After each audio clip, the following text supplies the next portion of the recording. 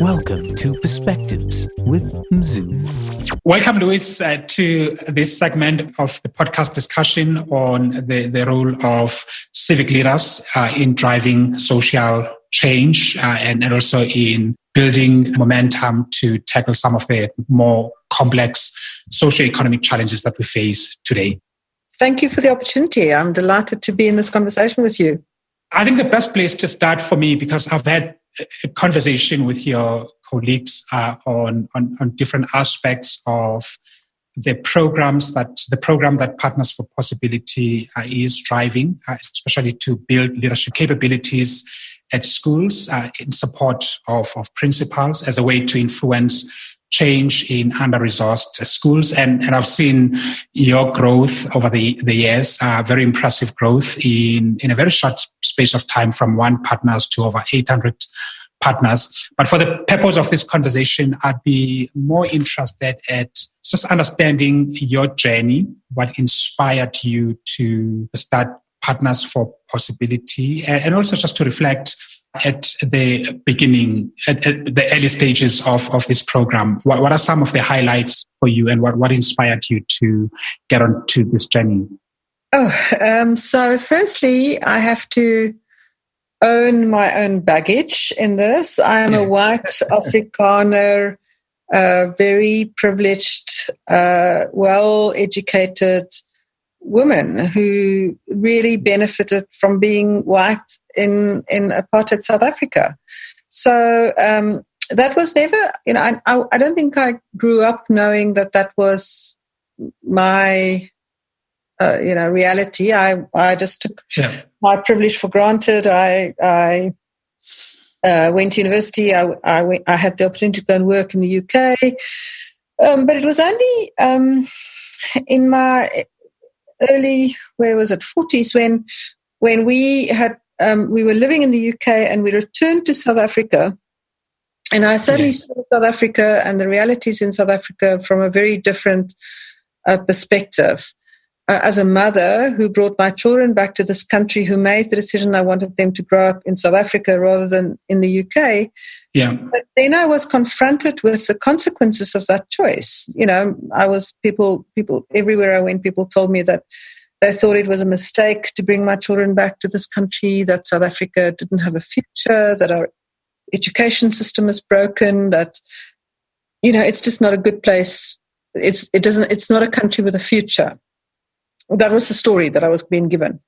Yeah. And I couldn't deal with that. I couldn't deal with the fact that I made that decision and that I was essentially creating a better or a worse future for my children than what I had hoped for them. Yeah. And so I started to search for, what can we do? How do we change that? Because I have a husband who didn't want to live in the UK. So if I wanted to remain married to him, I needed to be back in South Africa, and I had children. And so it was a very difficult time for me because I'm, my heart and my professional work and all that I was very comfortable living in the UK. I loved it. I loved living in Europe and working in Europe. So I kind of felt like I was I needed to find a way of making South Africa feel like home for me. Yeah. And it needed to be more than just a place where I would earn. Well, actually, I did. Initially, when I came back from the UK, I spent my time pursuing commercial, activity, and it was just not enough, Mrs. Siki. I couldn't get out of bed in the morning and think I'm going to go and help some other client. So, I was a management consultant, leadership development, and I couldn't get out up in the morning and go and help some client make more money in this country. I felt that what this country was asking me and others like me to do was to pay back our privilege and figure out how to use the knowledge and skills and experience and assets that we have developed over time to deal with the significant challenges that was created at a time where we benefited. So, I mean, this is I think it's a very typical, there are many people like me who feel I may not have personally contributed to apartheid. I mean, I wasn't, in the political structures, et cetera, but I benefited. And therefore, I feel I have a debt to pay. but I had no idea how. I mean, I don't come from education. It's not my background. Yeah. But I was very aware of the fact that what I was willing to offer or able to offer because of my background to large corporates was something that was needed everywhere, and that is the ability to develop leadership capacity. And if there's an area in South Africa that needs leadership capacity, is education. So I was wondering, how could I contribute that despite not coming from the education space? And in hindsight, I think the fact that I wasn't an educator, or I'm not an educator, I'm a leadership development practitioner, was actually a really powerful entry point, because it meant that I could come fresh into an industry where, that's just where so little of this work has been done. So, if I go to any of my large clients at the time, Nedbank and Old Mutual and FNB and these large corporates were my clients. And so I would arrive and I'd say, here I am, I offer leadership development, and they'll go, we've done it all. When you go into education, there's so little has been done. So it's such a beautiful space for contribution and for us to bring our knowledge and skills. So that was the background. And then I kind of found I put a call out to principals. I said, my sense is that the work that we need to do is at a school level. I've just studied about complexity science, or I've studied the field of complexity science, and I know that in a large system like education, we have to find the most critical unit of change, and in education, that's definitely the school. So I put a call out to people in my network and said, I'm keen to work with a school principal in the same way that I would work with a CEO of a large corporate. I want to work with a school principal because I want to see whether I can, contribute to a school principal's life. Yeah. And a very brave and courageous man called Ridwan Samuddin, who I don't know whether he knew what he said yes to in April 2010, but he's a school principal of Kanamea Primary in Grassy Park. And he put his hand up and said, let's give this a go. And I mean, that's one of the most powerful, life-changing opportunities that I've received in my life, is the opportunity to work with him in this one school. So, I mean, I get a sense that the beginnings of this were quite overwhelming. You felt this tag, this edge to make a contribution back to South Africa, and also in view of the historical conditions of the country, you felt that as sort of someone who comes from a white Afrikaans background, you wanted to direct your energies in a positive way. I do meet a lot of people who ask questions about what should we do? What should I do? Especially when they are criticized for not doing much to contribute to the present in South Africa. What really made it for you? Because I still get a sense that it must have been hard to build these relationships with corporates, to talk to principals. Was it persistence? Was there something that you presented to them that made them feel the need or the urgency to contribute to a program of this nature? I think it's a combination of all those things. So firstly, I think that when you contribute from, so Ben Zander has this idea that says we lead from in an orchestra. Every musician can lead from wherever chair they're sitting at. So that's always been a really important point for me, is that where am I sitting today? Because from this chair, I can make a contribution. And the chair that I was in, metaphorically in 2010, was someone who has experience in large-scale complex social change, and who has been a leadership development and an organizational development practitioner, and understood the world of leadership development and organizational development. So for me, I think there's something about drawing on your strengths and your background and your skill, and then stepping over a boundary outside of your comfort zone. So for me, the thing that kind of made a whole bunch of things possible that would not have been possible was, not working in my normal place where the large corporates, but going into a school in Grassy Park. Before that, experience, I've never worked in Grasshopper. So for me, that's the first thing is to kind of stretch you, but then still to draw on what you have. So the idea of asset-based community development. I had many assets in that I knew people in the corporate world. I didn't start from nothing. So I could go to these people that I had previously developed a relationship with and engage them in a new conversation around what if.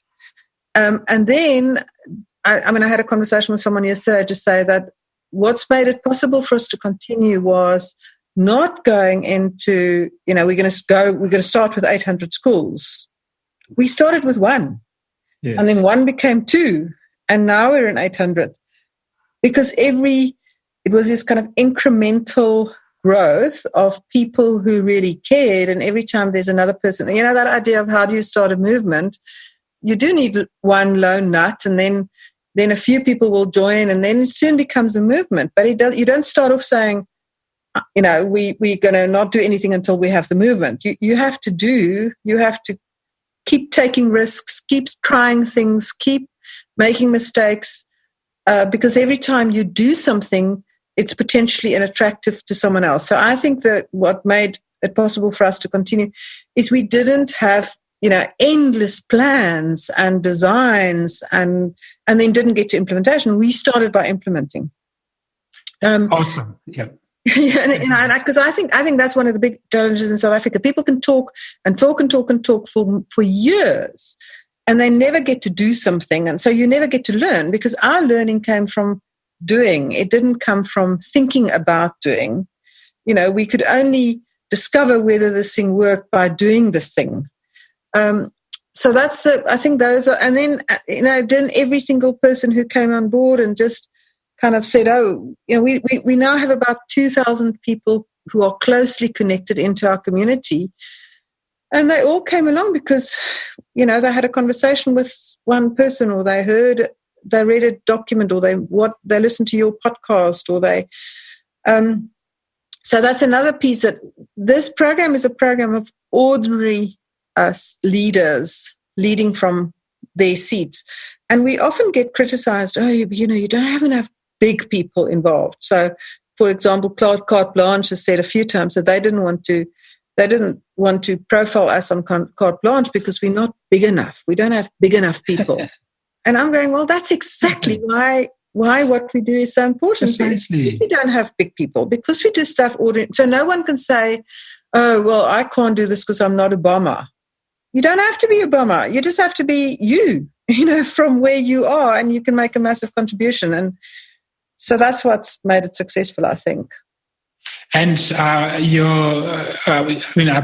also interested in just understanding how you responded to fear of failure, that people will think you are crazy when you started, and that what if there's no one who joins up? How did you deal with that? Oh, you have I think you have an amazing insight, because you're able, a few times now you've just got it on the head. So obviously, people were very critical, very, how dare you think that this might work? Where does, they were, the words and the things that people said to me at the time.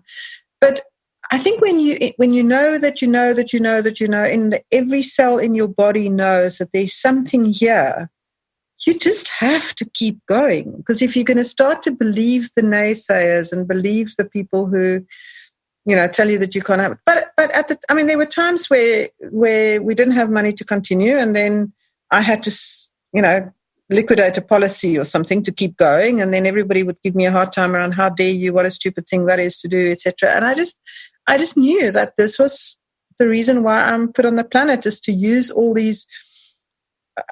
There are very few people in South Africa who have had the kind of privilege I have in terms of learning the work that needed me to do this work. So I knew that I couldn't just walk away from it. I had to find a way of, doing this innovative thing. And I often say, if my daughter came to me and said to me, that she wanted to set up a social enterprise and do something that no one has ever done. I won't let her do it because it almost did.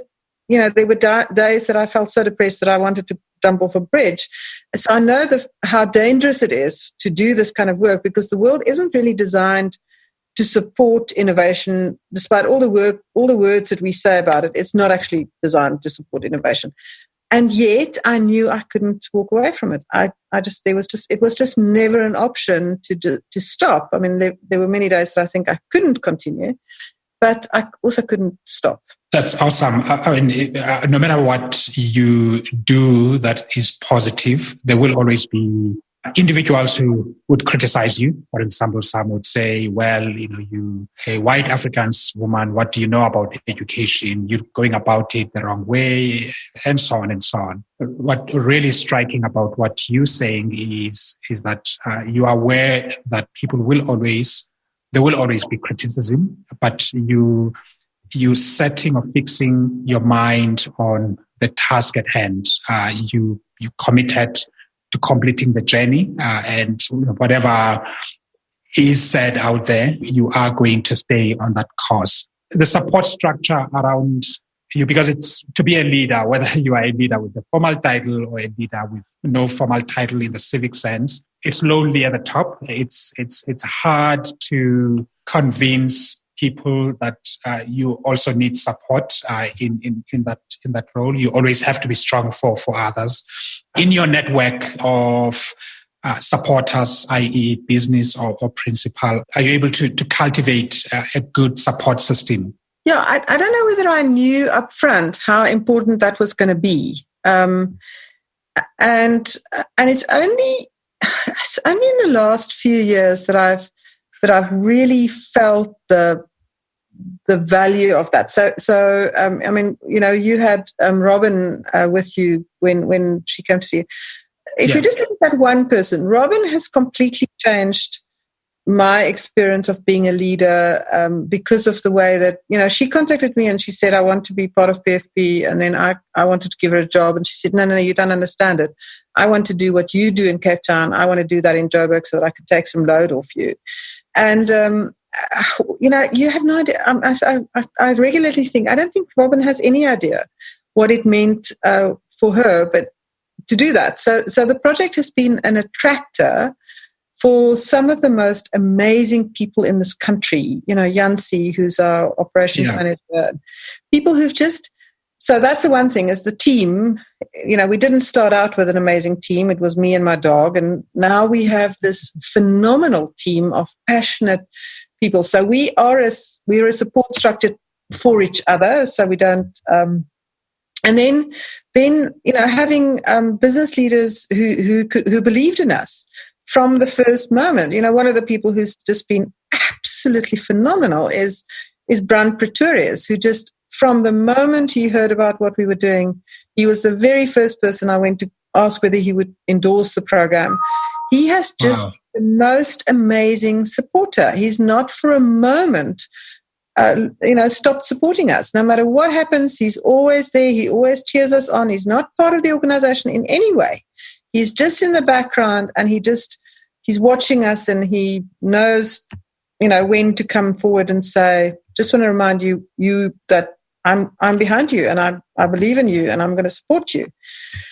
So if Brant had to listen to this, I don't think he knows what it means. Yeah. And there are many people like that. So I don't want to, talk about him at the expense of other people, but that's how people like myself can keep going, is because of Brant and Robin and Yancy and other people like that. So that's the only reason why we're still here, is because people have. But then you have to say, well, what is it? Why have those people come forward? I think because they could see that what we were doing had integrity, and it had. Yeah. So they were attracted by that idea, Simon Sinek's idea, that people don't want to know what you do; they want to know why you do it. And we were very clear about why we were doing it, because we care deeply about our country, and if we care about our country, we have to care about our children. And at the moment, as a country, we are not doing a great job of creating a better future for our children. we will pay the price. And we don't want to pay that price. We want our children to flourish, and we want our country to flourish. I'm also a big fan of Simon Sinek, especially his work on Leaders Eat Last.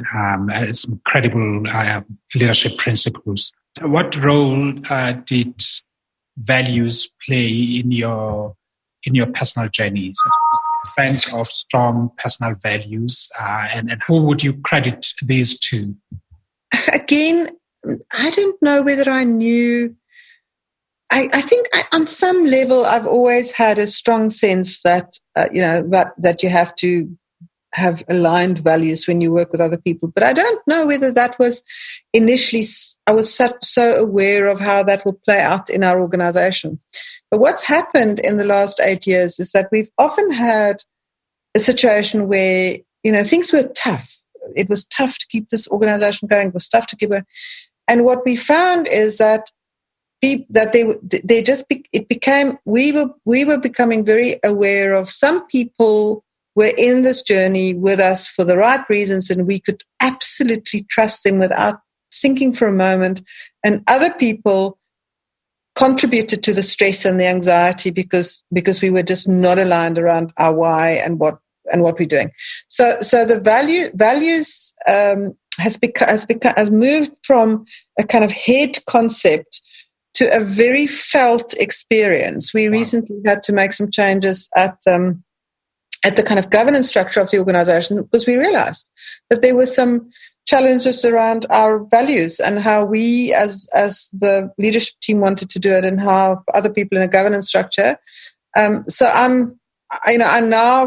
now think that values is the most important bedrock for any organization who wants to do something out of the ordinary.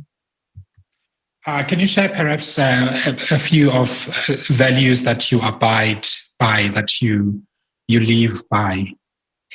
So for us, it's been really interesting because it's not the traditional, we take the traditional values that people always have around integrity and honesty, and we think those are just, it's like the license to entry. For us, the values that really matter to us are things like possibility and generosity and a willingness to, compassion. So possibility, for example, it's a very different way of showing up in the world than the traditional world, because it is asking us to always look for what might be possible in the situation rather than get stuck in the kind of what's not possible and how this is a problem and the problem mindset. But so a value of possibility has become really important for us, and a value of generosity and equality and respect and treating every single person with the respect they deserve because of the contribution that they could potentially make. Now, Mziki, as a black man in this country, this must be, you must have been so confronted with the unearned arrogance that many of my ilk are walking around in this country. And so we have become so sensitive to arrogance and lack of respect and what it, and how that it completely changes the experience when you show up with a commitment to show respect and treat people with dignity and respect. So those are the values that really matter to us now. Is moving, is how do we? It's a way of being in the world that says we're moving away from patriarchy to partnership. Yeah. And in order to do that, we need to remain very aware of abundance, equality, compassion. So we have a document in which we've described our commitment to this way of being that we continue to work on, because we keep getting a new insight around what it means to move from patriarchy to partnership. Wonderful. I mean, I share your view on values, that they're not just rhetoric or head ideas, but they are actually lived experience. It's what you live as an organization. And certainly the idea of possibility was glaring to me when I was having a conversation with your colleagues. The emphasis on the asset-based framework when you deal with under-resourced schools, because you look around for what is available rather than what is not available. And just building on that, because I see you also active on social media, you share your voice. Given all this negativity, especially in social media, the noise and the distraction, how do you stay calm and focused? It's not always easy. But I think, again, when you're clear about your why and around what it is that you're trying to achieve, you get confronted with choices every single time when you open your Twitter. You have a choice. You can get consumed by the negativity and get drawn into that, and follow the lead of all the people who think that the world is going pear-shaped. But once you become aware of that, that's just a choice. And I have made a commitment. My commitment is a better future for all our children. And so I need to take care with what I say and what is the story that I tell about this country. And my commitment is not to get drawn into the negativity, but to have a vision for what we can co-create and what will give us a better outcome and a better future. Awesome. If there's any one thing that you would like future generations to know about Partners for Possibility, say you've moved on, or maybe 50 years from now, or you no longer are, what is it that you would want, one thing that you'd want to be remembered about this program, the deep legacy you would want? So I'm going to answer that question by just quickly giving you a little bit of context. So one of the things I've been confronted with is how unconscious most of us are as we treat other people as if they are lesser than, or as if we are more than. This kind of unconsciousness around rank and power. And it is the most amazing privilege for me to watch people as they become conscious and then make a commitment to radical respect and equality. So for me, that's part of this idea of moving from patriarchy to partnership, and a recognition that every single person have a contribution and to make and has value. And that would be that's my dream, is that we move, that we let go of the hierarchy and the story that some are more important and better than, and whatever, just because of their background and where they come from, and to recognize that every single person have a potentially a massive contribution to make, and it's a reframe of leadership. So leadership in the old days used to be the person at the top of the tree who, looks down on everybody else. Whereas my dream for the next generation is to think of leadership as an ability to create a space where every person can bring their best selves and their best contribution to bear.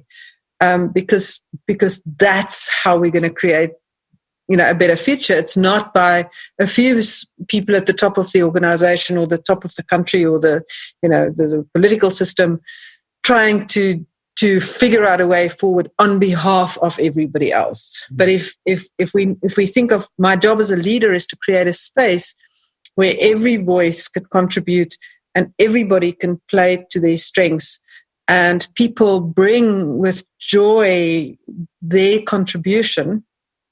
So that's the world that I hope that I'm committed to for the future. And what I'm loving is the fact that as people kind of get confronted with this possibility that it might be possible for us to co-create this future, they become committed to do that. And and imagine if our children can grow up in that country where people are valued for their contribution and what they bring, rather than criticized and judged because it doesn't look like like me. I have two final questions I want to ask. The first question is, I like the fact that you touched on leadership, the traditional framing of leadership. And the idea of leadership historically has always been strongly associated with patriarchal figures or male figures, alpha males. And here you are, a woman, and driving change in a critical area of South Africa, of the country, and a global challenge, as it were. You may not be reflecting a lot about that, but the idea of having a woman who is a figure of leadership in education or in any dimension in society, I think does have a positive impact in changing mindsets about the fact that women can play powerful leadership roles in society.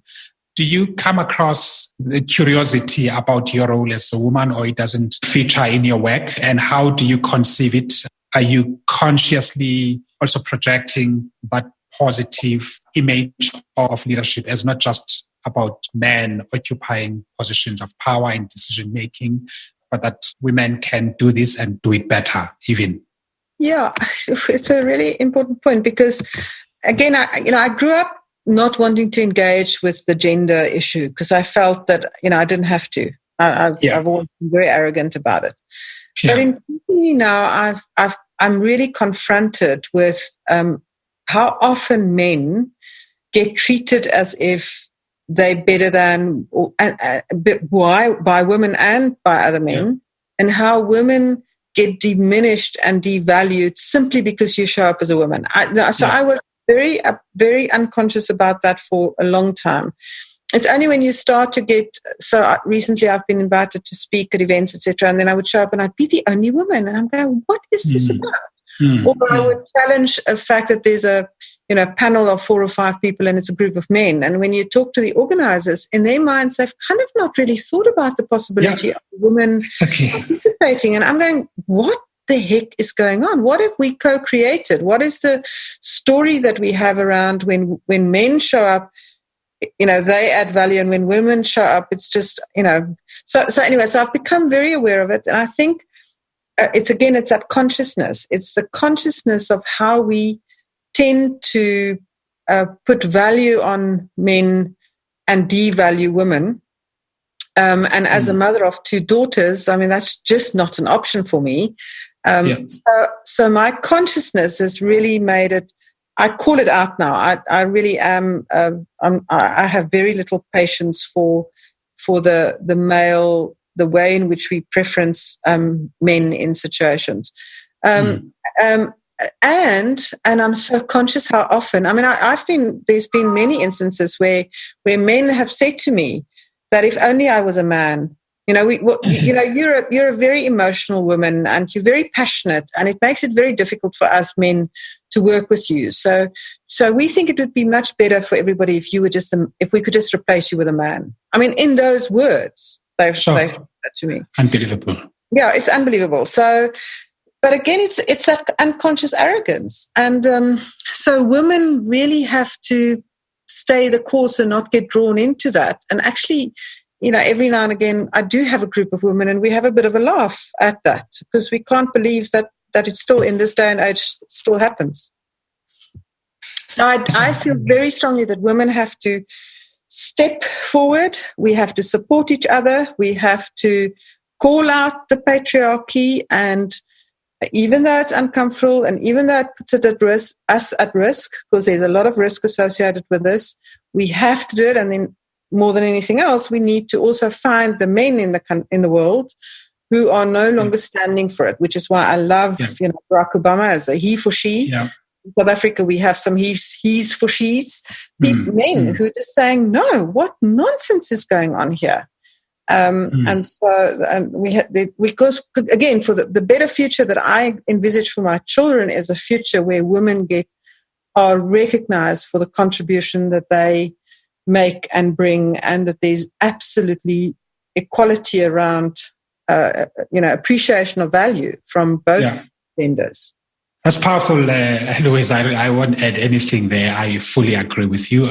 It's hard to just understand how deeply entrenched the unconscious gender biases are in many of us as men.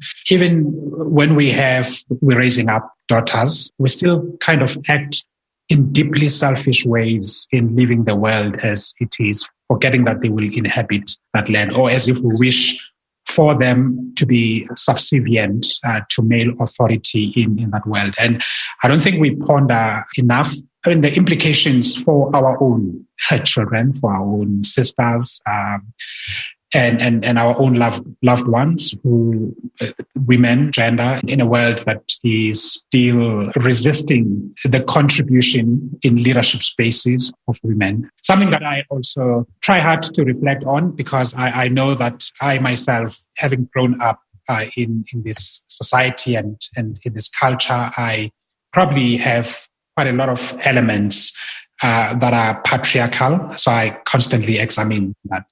Now, the last question is on if you're talking to someone or a group of people who want to start a social enterprise, and it may not be in education, it may be in other dimensions of society, what would you say are key success factors for an effective social enterprise organization? So I think firstly, create your support network. Find the people who have your back and who believe in you, and and that is, you only do that through relationships. So invest in the relationships with people who will support you. That's the first requirement. I think the next thing is to it's about relationship. I mean, I've Peter Blocker always has a saying. He says, we change the world one room and one conversation at a time, and then we get to ask ourselves, which one? It's the one I'm in right now, but it's all relational. So nothing happens in the social enterprise space, well, nothing happens in the world without people trusting each other enough to say, okay, yes, I'm willing to have the next conversation with you. And so in the social enterprise space specifically, I do not have any authority. I have to influence through relationship and across, in situations where I can't make stuff happen. I have to ask people and cajole them and enroll them.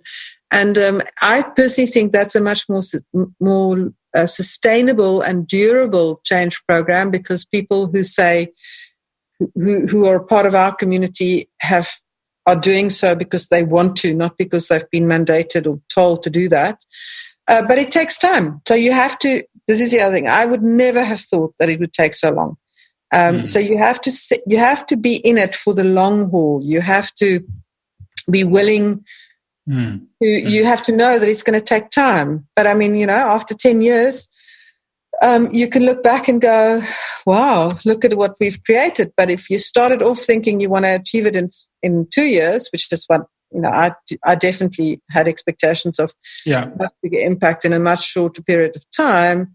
And part of the difficulty was to recognize that was just a silly expectation. It takes time. Awesome. I find your words incredibly inspiring, because I'm thinking that it's not just the white folks in South Africa that should be contributing to social change. I think all of us, we have a responsibility. I think in varying ways we are privileged. I am privileged in many ways. I've benefited from a great education. I'm able to talk to corporate leaders or to have access that many South Africans don't have access to. And I think we should be aware of it's just the beauty of being able to use your assets, the assets that you have. You don't have to be a millionaire or a big shot, but to leverage whatever assets that you have, the relative privilege that you have to make incremental changes where you are. So that's the message I am taking. So it's been really inspiring. And maybe you may want to close off with a few words on the recent award that Partners for Possibility won, the World Innovation Summit for Education Award. What does this mean, and what does it mean to you personally? So I just want to go back to what you just said around, so stepping up and giving and making a contribution, etc. There is no way, or there's no doubt in my mind, that those of us who have said yes to this call to contribution have benefited far more than anybody else.